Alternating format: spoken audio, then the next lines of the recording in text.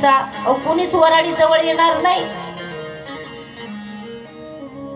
आणि मग माझ्या भोलेनाथांनी एवढं सुंदर रूप घेतलं म्हणून सांगू तुम्हाला. एवढं सुंदर रूप धारण केलं की कोटी मदन ओवाळून टाकावे एवढं लावण्य आहे अतिशय. आणि त्या ठिकाणी कोटी सूर्याचा प्रकाशाच्या आणि त्यांच्या अंगकांतीतून भाकायला लागला. एवढं सुंदर आहे. आणि जेव्हा मूर्छेतून उठल्यानंतर मैनावतीने बघितलं, लाजली मैनावती.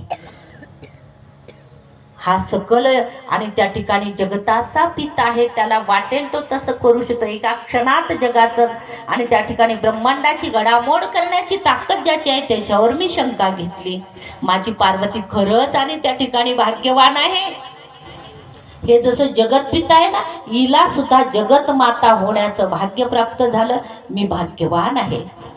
माझ्या मुलीने हट्ट धरला, जन्म जन्म लगी रगर हमारी बर हू शंभू नाही तो रहूंगी कुवारी.